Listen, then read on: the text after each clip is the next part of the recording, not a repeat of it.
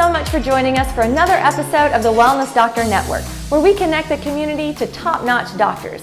I'm Dr. Hollen along with my guest, Dr. Charles Shidlofsky. Good to see you. Thanks so much for joining us. He's a neuro-optometrist and he specializes in developmental vision, brain injuries, specialty lenses, special needs. And today we're going to talk about your role in treating athletes. Oh, it's one of my favorite aspects of what I get to do, working with athletes and teams to enhance vision skills that may be limiting them. What we're trying to do is find out, hey, what can bring that athlete to the next level? Is some of the lack of vision skills slowing them down or not able to make them cross up to that next level? And do the athletes in particular already know something that's holding them up, or do they come in also just to see if there's any edge they can get? Well, we see it both ways. Okay. We'll see that we have some athletes that'll come in, hey, I'd like to just improve. I don't know if there's anything specifically wrong, but I think I'd like to see if I can improve these vision skills so I can pick up the ball quicker or I can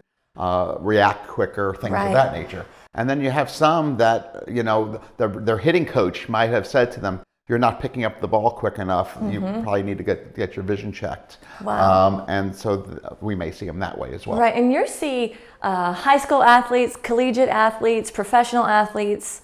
Yeah, the whole gamut of it. I mean, even younger athletes. I have one 8-year-old we're seeing right now for some sports vision work. Yes. So it can even go to someone at that level. But I would say a bulk of them are high school, college, and professional athletes. Right. Well, the eye coordination is so key and so obvious with that. And then, so what are some of the tools and some of the elements that you utilize to identify, where some of their weaknesses might be or where there might be improvement? Well, sports vision has really evolved in the last, let's say, 10 years.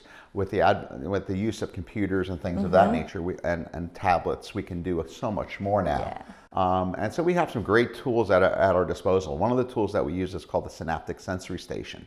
And the Synaptic Sensory Station was actually originally developed by Nike. And what's really cool about it is it does 10 vision skills for athletes. But what it has is a huge database within it so that, say I'm working with a college level baseball player who plays the infield. I can put that data in there, do their vision skills and see how they compare to others at that skill level. At that level, yeah. But I can also then say, hey, you want to play Major League Baseball, this is where your level needs to be. That is incredible. And so we can show them the variation of that. Another tool we use frequently is called Right Eye, and Right Eye is an electronic eye tracking. So we'll give them we'll go through an eye tracking battery where we'll look at smooth eye movements, what we call smooth pursuit movements. We'll look at saccadic eye movements, which are jump movements. We'll look at circular pursuits. We'll look at reaction time, things like that based on their eye movements, and we can do a full analysis based on that. It also works in a way as a concussion test as well. Right. And one of my favorite cases we'll talk about in a little bit, we actually utilize that tool in the screening because we can do a complete screening with the Right Eye in about 10 minutes, which when we work with the professional teams, that's about all we have. Right. So we can utilize this tool as a really good screening device for our athletes. We do balance testing. Why is balance important? Well, vision is one of the 3 components to balance. You have visual, you have vestibular, and you have tactile. So if the visual system is not telling you where you are in space effectively, your balance system becomes affected. And how important is balance for a hockey goalie or a batter in baseball or something like that, or a pitcher? So balance is something we certainly look at. As a major factor as well. And obviously, one of the important things, and the biggest thing in sports today, and the biggest news in sports today is concussion. Yes. And we have to be able to look at that. So to get some good pre-concussion screenings from a visual standpoint. Because the truth is that one of the first things that goes after a concussion, whether it be sports or any other type of concussion, is eye tracking. Wow. So by getting a good eye tracking evaluation, whether it be right eye or something like the King-Devic test, which is another test we'll use for tracking, we can get a really good preseason evaluation. And then if they have a concussive injury or a suspected concussive injury, we can go back and look at those skills and see how it's changed. And then we can track their progress as they go through a therapy program. And we can see how they're improving. That is so impressive. And I love the fact that vision is obviously a big component of it, but neurology is really a major component of it, and it allows you to get to the root of the issue. Absolutely. I mean, the question becomes, are we really changing the eyes or are we really changing the brain? And really what we're doing is changing the brain. And once we get better neurological control of the visual system, guess what happens? Skills will improve. Right. And so what does treatment look like? We talked about some of the tools utilized to identify some of those weaknesses. What does treatment look like? What can they expect from that? Well, treatment looks like a variety of different activities. Now we can use things like the Synaptic sensory station, Right. which we mentioned, Right. and they have some therapy tools within that. We also have a program we utilize called Neuro Tracker, and it's a wonderful program, and it works on visual attentive skills, multiple object tracking, things of that nature. We can even use our balance tester to also do for therapy, and we do that frequently. But then it could be also ball and bat activities.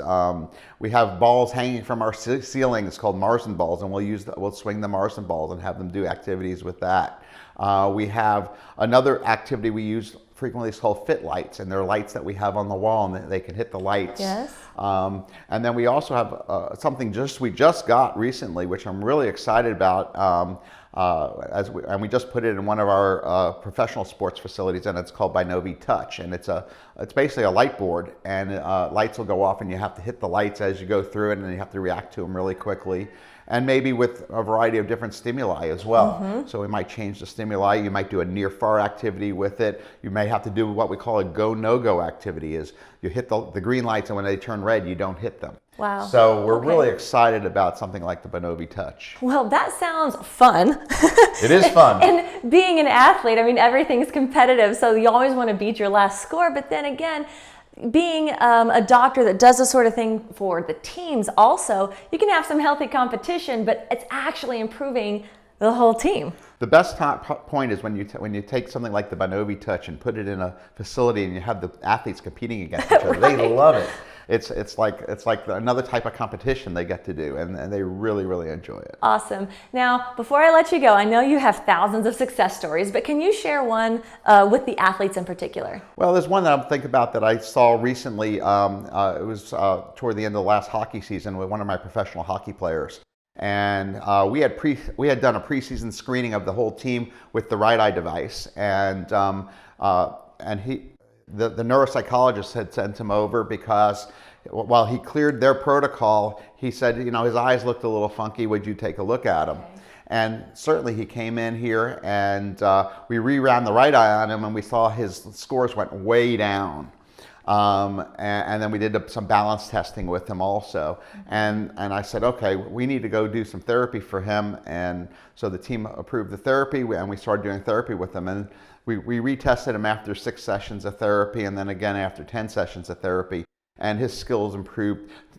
Not only did they go back to what the baseline was, but his skills at the end were above his baseline score. That's incredible. So yeah. That's really what the goal is, and he was able to return to play right toward the end of the season. So that brings up a point. We've been talking about going from elite status to, kind of getting that edge to super elite status, but also saving people's career and putting them back in the game. Oh, absolutely. You definitely want to get them back in the game. You want to get them to a point where they're very comfortable playing their sport. They're not always looking behind. When you're sitting there looking for injury, guess what happens? You get injured much more rapidly, usually. So getting to a point of confidence, you have to have them regain the confidence in their skills. But once again, getting them to that elite level and really making their skills so automated that they don't even have to think about it. That's really where the athlete really gains quite a bit. Awesome. I love seeing you light up when you talk about this. And being an athlete yourself, a hockey player. Yes. You still play hockey?